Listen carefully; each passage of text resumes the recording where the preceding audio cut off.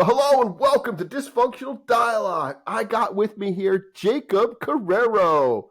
Hey Jacob, welcome to the show. Thanks for having me. Sababa. Sababa, baby. What's a sababa? It means a few things. It's Hebrew. It means it's all good. It means grandma, and it means girlfriend. Well, that sounds like, you might as well just take like one word that means everything and just why not just like everyone just say ugh again or something like that, like when you did with cavemen. It means this right here. Come on, hop in. That's what that means. Someone wanted to say hi to you. Aunt Debbie. He looks I'm awesome. liking the look, Jacob. Yeah, man, you look awesome. I really dude. like it. Back you look good. What's sababa? Apparently, it means water. It means sand. It means Cheerios and tricks. No. It means John. aqueduct. Vines. You were missing the commonality here. It means for one. It means Hakuna Matata. Don't worry, be happy. Something like that. But then I met a Jewish guy who told me that it also means grandma, and it also means girlfriend. And I think those are pretty synonymous. So what you're saying to me is that if I were to look up sababa in the dictionary, it would have about 3 pages of definitions. Yeah, is that what you're saying? You'd have to use a Hebrew dictionary, but yeah. I guess it all depends on how cool your girlfriend is, whether that might mean Hakuna Matata or not. I mean, that could feel a difference in the world, right? That's true. Yeah, of course. Come on, get out of here. Let me jump in this. I love you, Jakey. Love you too, Anthony. So, Jacob, I got some stuff here that, well, I took a poll, not a poll. I took a little questionnaire from some different people. Oh, really? So, yeah. Well, it's really just what to ask Jacob. Oh, my gosh. Right? So, I don't know if you have any ideas about what you want to talk about, but I got some interesting things here. Some that I wrote down. I'm going to bring you way back. And I know you remember this, but when you were, God, what were you, 4 or 5, maybe just older, and you were sleeping over, and you were a little sad. I don't know if you're homesick or something wasn't going quite right. Oh, Do you remember what I did? We sat down. We sat down in the hallway between the 2 bedrooms. This is ringing a bell. Yeah, this is ringing a bell. It should be doing more than ringing a bell. So I'm not sure how you were. Go ahead. No, please. Okay. So you were just getting into video games at that time, and you were really inconsolable in the beginning. Mm-hmm. So then I just started talking, and my rambling just started calming you down a little bit. And I forget how we brought up the name Martha Stewart. I took the words right out of my mouth, man. Yeah, I thought if I talked about it long enough, it would come to you. But I ended up coming up, while we're hanging out there, I ended up coming up with this video game because she had just been put in prison or something like that at that time. Yeah. About Martha Stewart in prison and how all the different things that she would have to do in order, making her bed in prison and cleaning up her cell and all of it. But it was all a video game. And you were like baking a file into a cake to like try to get out. Yes, that's exactly right. I forgot about that. That's exactly right. To get out. Awesome. Yeah, man. Oh, man. I do remember that. Yeah. And next thing you know, you were smiling and you were happy and you were all good to hang out, which is pretty cool. I was glad I was able to. Because I don't even remember like having the blues at the beginning of that story. I just remember like cracking up thinking about this Martha Stewart video game. Yeah. Yeah, you were borderline inconsolable there for the very beginning. You had just something just wasn't hitting you right, and you were particularly sad. So we ended up going down this road. Yeah. I was a homebody. I was definitely a homebody. I remember I hated being away from my parents, no matter what the circumstance. But now you moved as far away as possible. But then they got closer. Yeah, that's true. That's true. So I don't know what happened there, but maybe just having a good time at your house made it a little easier. All right, so. Speaking of you moving, and I'm not sure, I think it was the move that you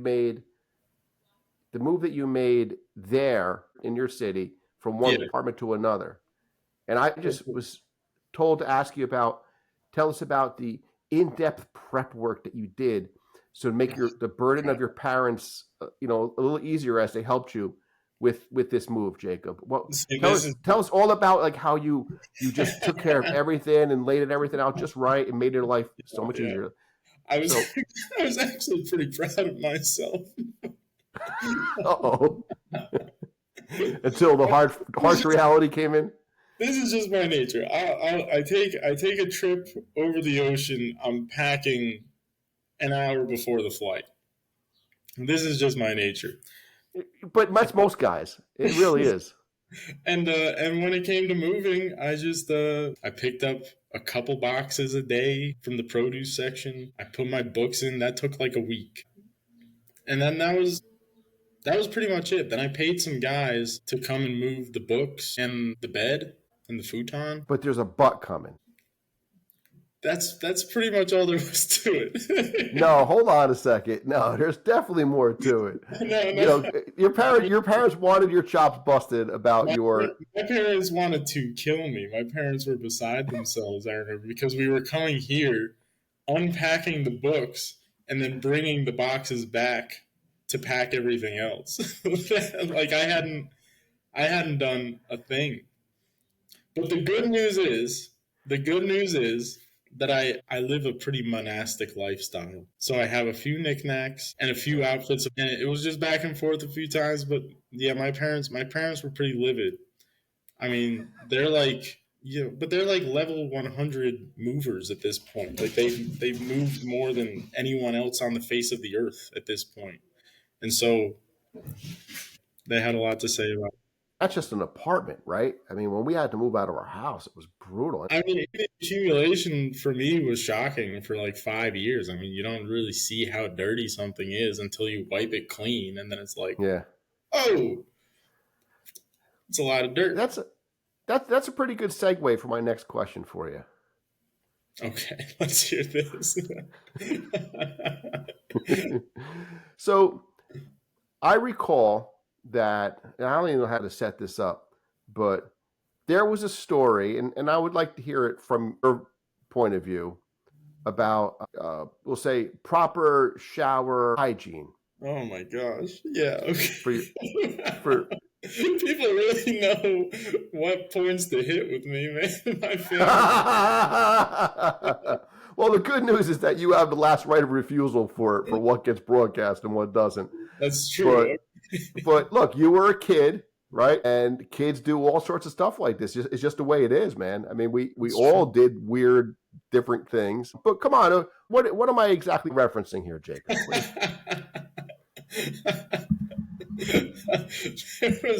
There was a time I thought everyone was kind of just getting fooled by tricked into using shampoo. There was a time. So like shampoo was just a scam, like unnecessary to buy. It was not necessary. Yeah. Now I've got the last laugh on that. I don't need shampoo. That's right. You're like, oh, screw you, shampoo guys. I'm shaving it all off.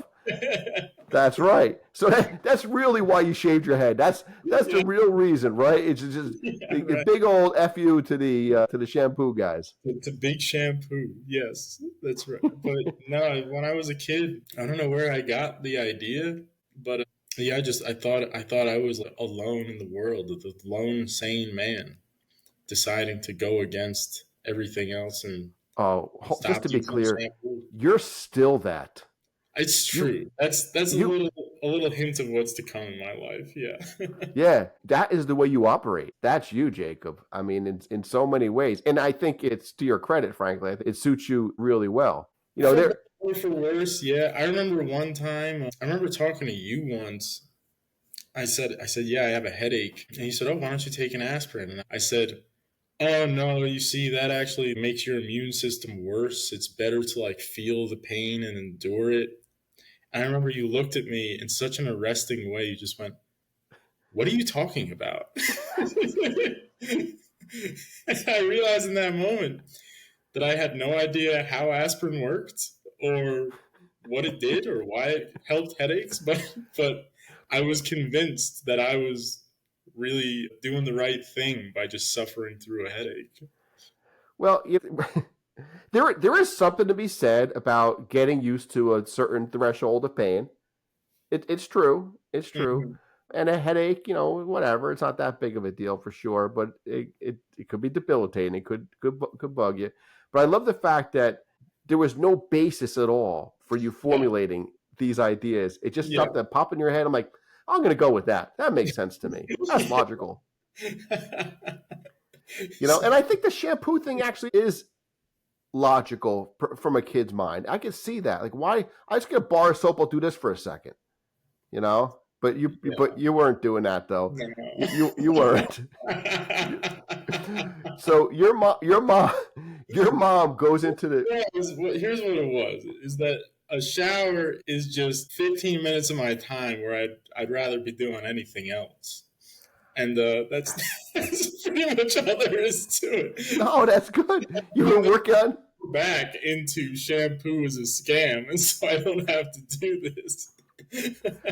I could relate to that on some level though, because I'm all about the efficiencies. I was not like that as a kid at all, but as I grew up, I mean, everything I do is about efficiencies. To the point where I might even have a little bit of a neurosis about it. That's you, Uncle John. That is you. Always prepared, always looking to streamline. Always, yeah, that is you. The example I use is I'm driving along and I'm like, you know what? If I were to make a left here and a right and then a left, I'll definitely be ahead of myself if I were to have gone straight. That's what I think about too. And I literally will make that maneuver and think to myself, oh yeah, I'd be back over there right now. I'm now ahead of myself. Or I remember you'll be saying like, oh, that light has been green for 10 seconds now. So if I make this left, then I'm likely to hit that green light on that intersection, and then I can make a right and hit the green light on that intersection. Yeah. And I do that kind of thing around my house. I'll literally like be in my kitchen and I'll have a drawer open that I grab something out of, and rather than using my hand, I'll turn. And depending on how high it is, I'll use my butt or my hip or my even my foot as I turn and go in the other direction as I'm tapping the drawer closed, go in the other direction and opening, just because it's fun for me. It's not like I must do it, but it's fun for me to just managing my day as quickly and efficiently as possible. Just engineering your behavior all the time. Right, but also I think it's figuring out the puzzle in the moment, and it keeps you sharp. I think constantly, working through things and staying sharp is kind of important, particularly when you get to be an old bastard like me, Jacob. That's true. I mean, it might wear you down, make you lose your mind. But no, we'll see which one it does. No, there's no danger there. My mind's been gone for ages, Jacob. Seriously, they're all kidding aside, man. There's really I'm not worried about that. Uh-huh. As I said on one of the podcasts, my kids will never know when I'm insane, because I've been acting insane for so long that they'll never know when it's time to put me away. But your mom had gone into the shower and the shampoo bottle was stuck to the shelf because it hadn't been touched. No, I remember this now. I was at my friend's house and they were saying, Jacob, your hair is so crazy. I had a big fro when I was a kid. Yeah, and it was all matty and stuff. Yeah.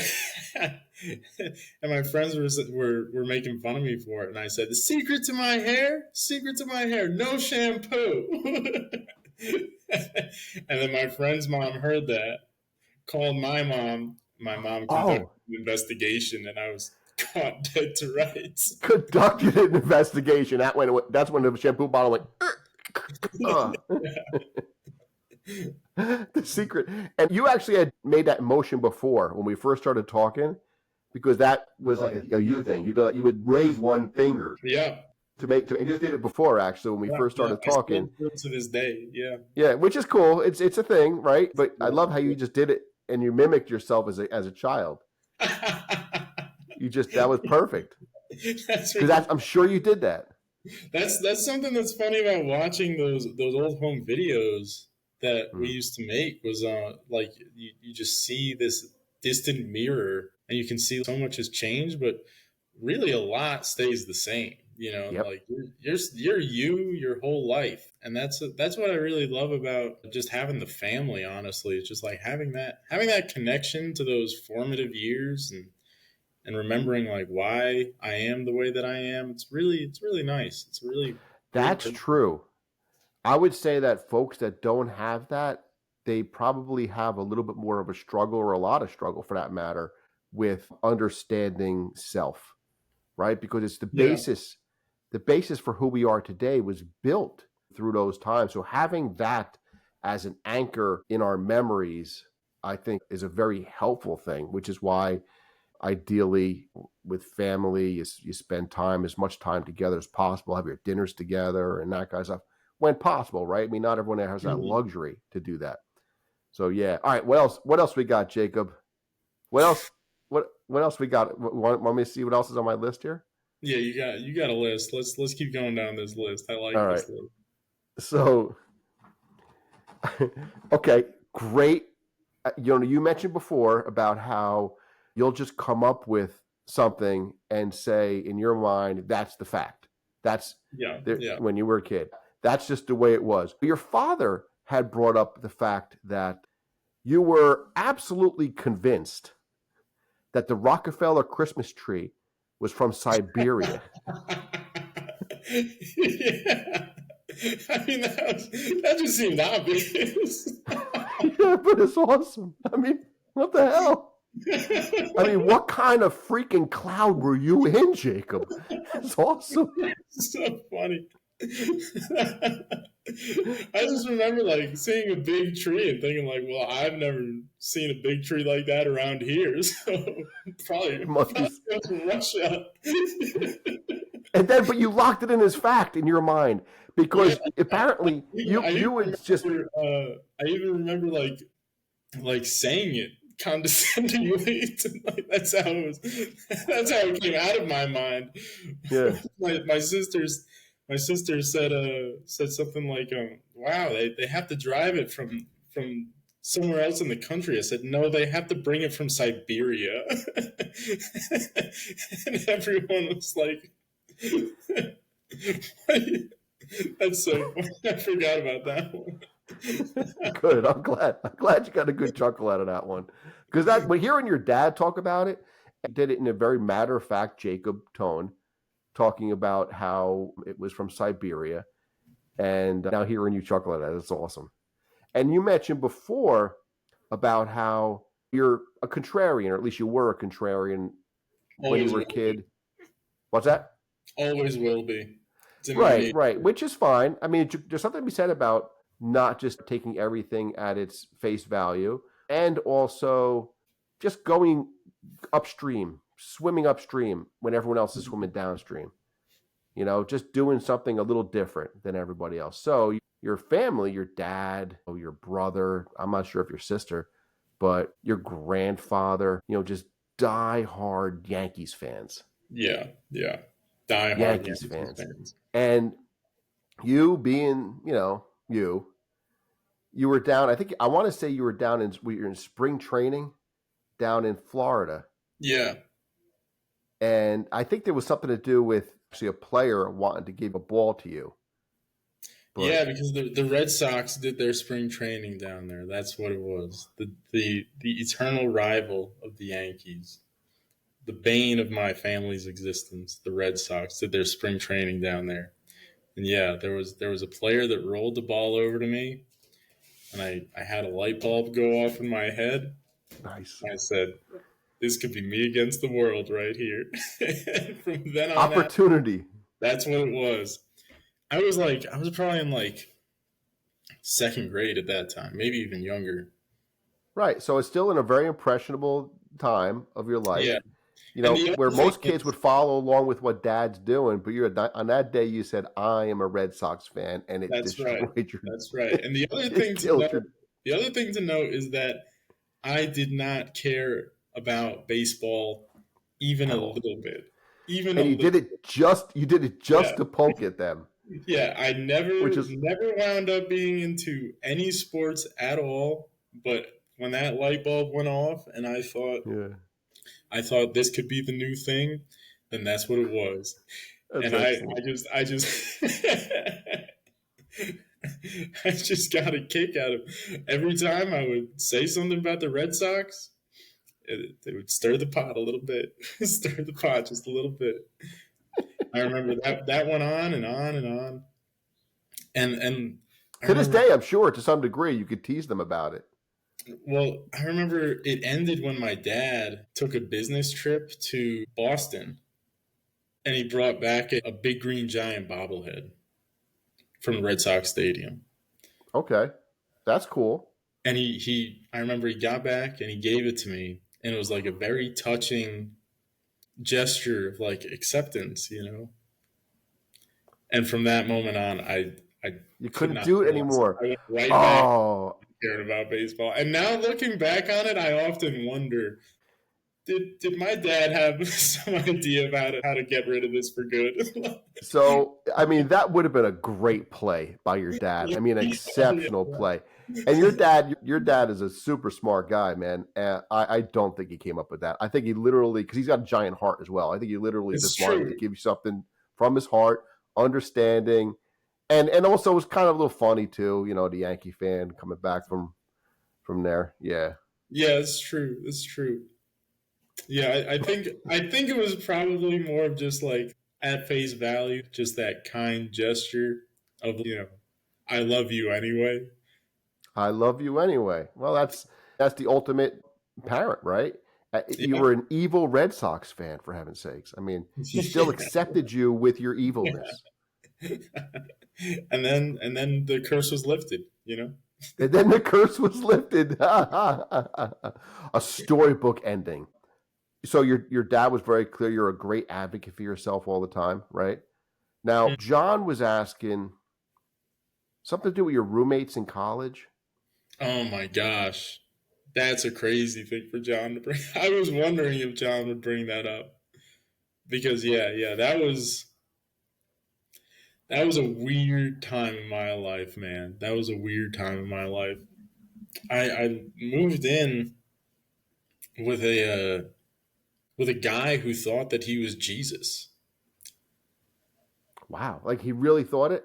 Like in his bones, he thought that he was Jesus. Wow. Like no kidding. He didn't think he was Jesus. He knew he was Jesus. Really? Yeah. Like every flick of his wrist, every expression on his face was just imbued. And I lived with him, and you'd never ever catch him slipping. I remember I had a class with him that semester. Wow. I never met him before. And I met him. I was roommates with him, and then I had a class with him too. And he would stand up and accuse the professor of being an agent of Satan. And he would point at the professor. Say, I accuse you. I accuse you. That doesn't sound very Jesus-like. He had some problems with the theory.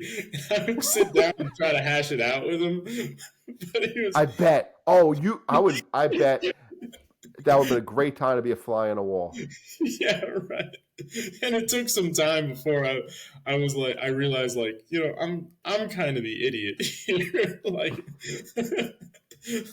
as unreasonable as this guy is being, it's kind of on me for constantly trying to reason with him. Yeah. He was and I remember it was like a party trick, because I would bring my friends over, and they would meet him, and they would say, "Oh, it's you. You're Jesus, right?" And he would respond every time. He would go, "Well, Jesus can't really say that he's the Messiah, so no." And it's like he would say that whole thing. It kind of like defeats the point of what he's saying. Jesus is pretty clever. Yeah, right. And it's like, so no, but yeah. Because I'm saying no, the answer is yes. Just so you know. That's, geez. That was his last semester of college, but yeah, he had some problems, that dude. I would imagine. I mean, look, dude, Jesus had some problems. That's true. Right? I mean, the world has trouble accepting their savior, you know. and when he was roomed up with Satan himself. I remember right at the end of the semester. This was kind of strangely poetic because I've been dealing with him the whole semester, and it gets pretty old. Let me tell you, it gets pretty old, the act. But the whole semester, I'm dealing with him. Everything is Jesus, Jesus, Jesus all the time, and then I see him, and he goes, oh hey, yeah, I just figured out I'm not Jesus. I'm actually the Antichrist. I was like, what? What happened? And he pulled out a gematria calculator. You know what gematria is? I don't, and I'm gonna guess almost, and no one else here knows what that is. Yeah. Gematria is like a Hebrew system of converting letters into numbers. Okay. And people read very deeply into this stuff. This is people who like they'll get obsessed with like the numbers in the Bible and try to work out prophecies like mathematically. Numerology and those kind of things. Yeah, exactly. Numerology, yeah, exactly. And whatever's on their mind tends to be the way they funnel the direction of those things. Yeah, exactly. And so he's playing around with this gematria calculator, and he puts his name in, and he had a name that was spelled slightly off, and it added up to exactly 666. Exactly 600. And I'm looking at this thing, and I'm like, why does this keep happening to this guy? Like the odds of that are astronomical. Wow. And he took one look at it, and he was like, yeah, I guess that's that. Not Jesus. I hope he's okay. And at that point, I was just like, you know what, man? What do I know? Maybe you're right. Maybe you're wrong. I hope you have a good life. I was hoping at the very end he would be like, oh, just kidding. Like after like the whole year, the whole semester, he's like, okay, no, just kidding. All right. But now one more thing with college. So when John and I visited you, remember John and I visited you? Remember I do, that? Yeah. I do. We're walking around campus and Jacob, we're walking around campus and there were like 2 or 3 different people. They would walk by you and they would say a different name, thinking they'd be like, hey, Sebastian. Hey, Sebastian. I remember Sebastian. Sebastian was one of them. And we're like, wait, why do these people think you have a different name? Why, Jacob? Why do people think that you had a different name? That's so funny. That was just a weird habit that I picked up. Where I was just what was that habit? That is so funny, man. See, I thought I really got a kick of it when I would go around parties and introduce myself as different people. And then eventually they would all meet and it would be discovered. And it was a fun game because I would ultimately have to decide, okay, who do I want to really be? Who do I really want to be? And people would accept any verification you gave them. I don't know. It was like a weird social game.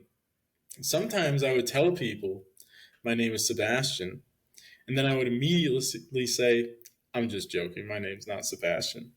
And then they would become extremely interested in what my name was. And I just got a kick out of not telling them. But that tracks. I mean, that tracks almost everything we just said in this conversation, right? It's just you doing your thing, swimming upstream, and well, frankly, like with the Red Sox and the Yankees, messing with people. Yeah, a little bit. Because it's entertaining for you. Exactly. Yeah. It's like the audience is the joke kind of thing, and there's There's power in a name, you know. Like I remember people would say, no, your name's not Sebastian, and I would pull out my license and give it to them and say, look, you can check, and they would glance at my license and then say, okay, I guess your name is Sebastian. Because just the fact of me giving it to them was enough to convince them. And That's a very interesting tactic. That's a very interesting tactic. But it's true.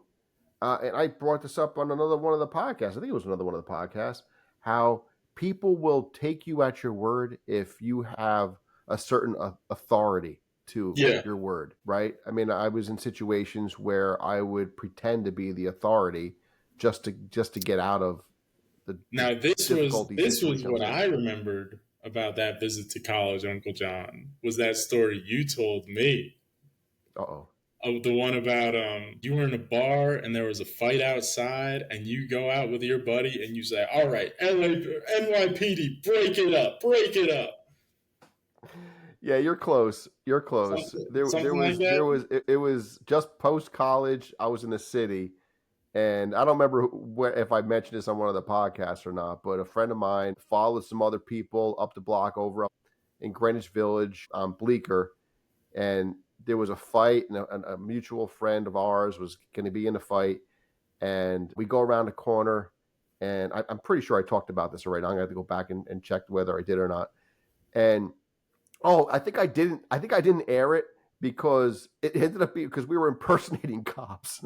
Is really what it came down to. That makes sense. And I was like, I don't know if I want to necessarily be airing that, even if I remember even looked up like what the statute of limitations was, for for something like that. Yeah. And it was a long time ago, man. I mean, it was ages ago. I was in my early 20s, and I was in a suit because I was coming off of work. And I was hanging out with my buddies, and we were all trashed. One of the guys was passed out in the car, to give you a sense of how drunk we were at the end of the night. And my buddy's like, "Oh, I must go protect my friend, a guy we hadn't seen in a couple of years." But he's like, he ran up the block. So I'm like, "All right, now I got to protect my buddy." So I follow behind him. We turn the corner, and when he turns the corner, he would pretend to be a cop already at the point. He was trying to flash a badge. He had like a fireman's badge or something like that. And everything fell out of his wallet. And we go around the corner. It was like maybe 3 or 4 on 4 or something like that. It was a good group of guys, and it's just us two and one other guy was there, but he was in the middle of it. And my buddy jumps in to break it up. I'm like, all right, I got to do it too. So I assumed the role. Mike pretended he was a cop, and because I was dressed in a suit, I said I was from the DA's office. Oh my gosh! And we just Jacob, we took complete control of the situation. Yeah. We're grabbing people and saying, "You get up over there. You move it, break it up. NYPD, break it up." And then all of a sudden, a guy, I don't know, he was like 6'4", turns to me and flashes his badge. He was a corrections officer, which is a real cop in New York City. Yeah. And I said to him, "Good, you get those two right there." I told the cop what to do. Sharp, man. And he accepted it. We broke up the situation. We got out of there. We weren't stabbed, thankfully.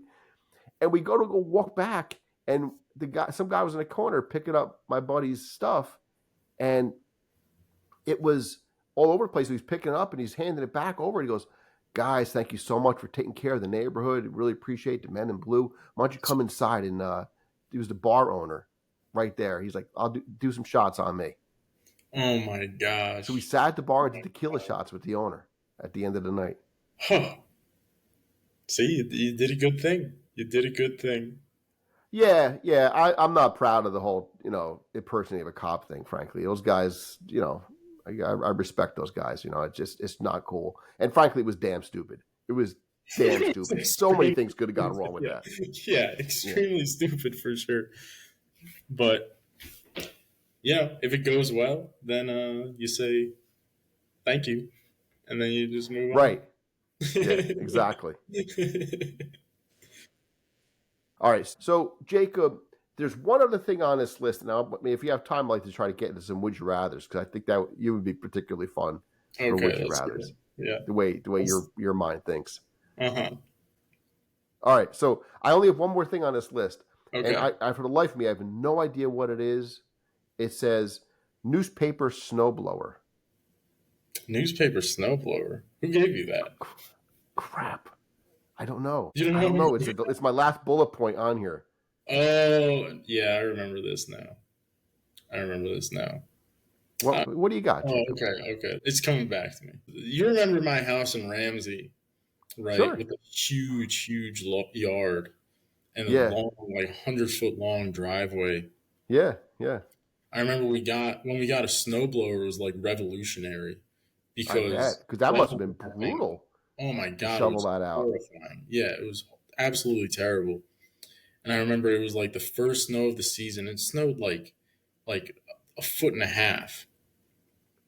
And I'm like at just the very beginning of the job with this brand new snowblower. And within like 10 feet, I run over a newspaper. The plastic gets wrapped up in the snowblower. Oh, no. And then we're spending like an hour and a half trying to untangle this thing. And in the end of the day, we're just shoveling. Oh, no. Yeah. So you couldn't even have had that reward at the end. You know, like you could pump your way through chopping down a tree with a dull axe. But if you just spend a Yeah. little time and you sharpen that axe and you make your life so much easier on the back end. Mhm. So here you were doing the right thing, fixing the snowblower, only to Yeah, have I to go don't think right we got back it. to the shoveling. Maybe I'm misremembering, but yeah, I think that thing was just junk. Like we had to take it to a repair place or something like that. Oh, I really? couldn't believe From a it. newspaper. Yeah, from a newspaper. I couldn't believe it, and it was like buried under a foot and a half of snow. You know, it was just it was it was just really bad luck, man. Well, now I'm curious to know whose responsibility was it to bring that newspaper in when it first was delivered? Because he's like, wasn't me. Wasn't me.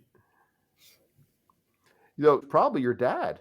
That's right. I'm gonna blame your dad. In fact, one of my favorite little stories about your father was when they were staying for a short period of time over by Nono and Nona's, and he walked outside. It was early in the morning, and he just wanted to get the newspaper. He was wearing a robe and only a robe, Oh my and gosh. it's like maybe put on a pair of slippers or something like that. And it was icy and snowy out there.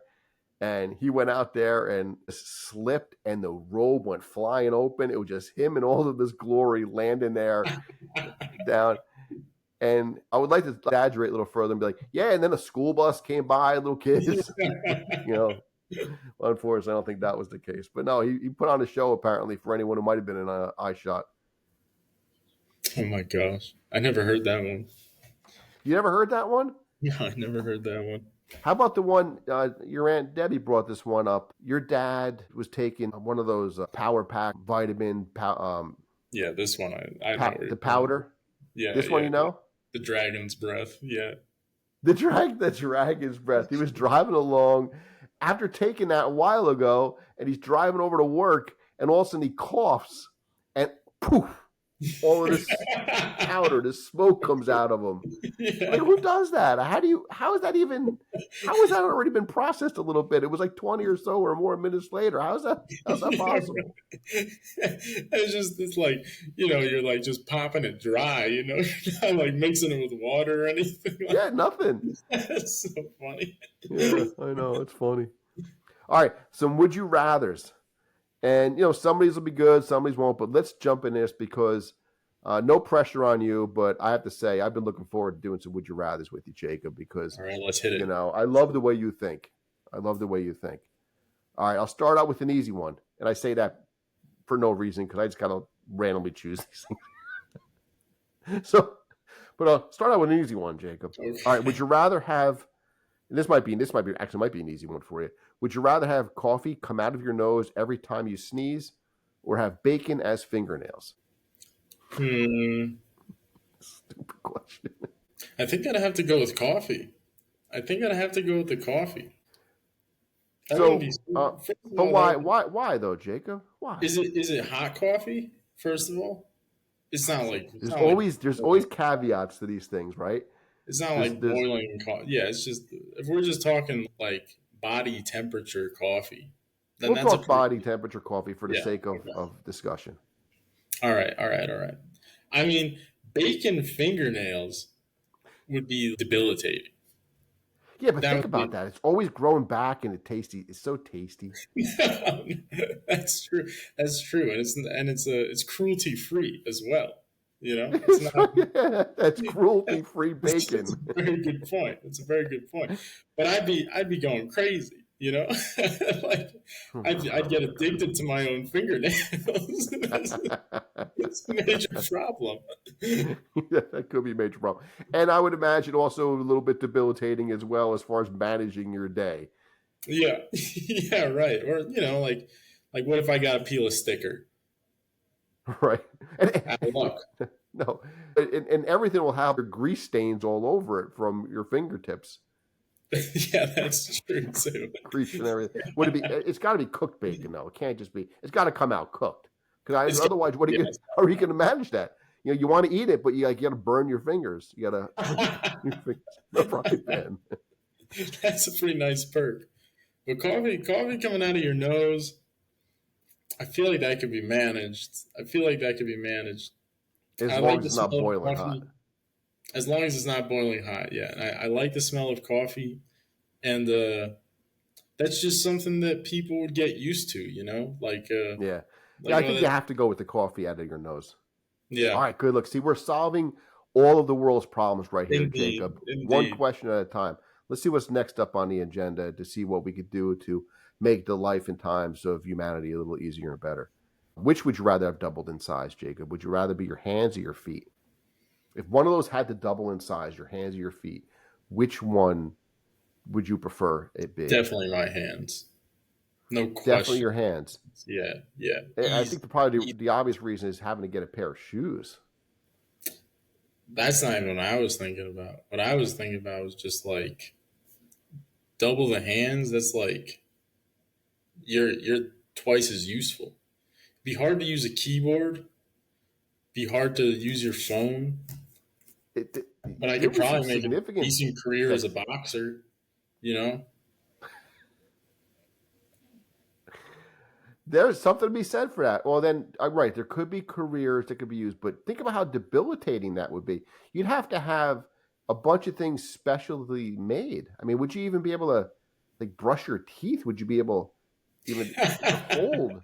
Are they twice as fat, too? Making sandwiches.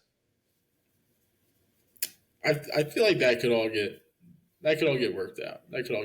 You just get really good at pinching things. Look at your hands and be like, "Ooh, how about this guy?" Yeah, I feel like that goes for either one. You know? Yeah, that might go. Oh, look at those. Oh, he's got those giant feet. Oh. But I feel like at some point it's like, whoa, what the hell is going on with that? Like I don't. Well, yeah. Much.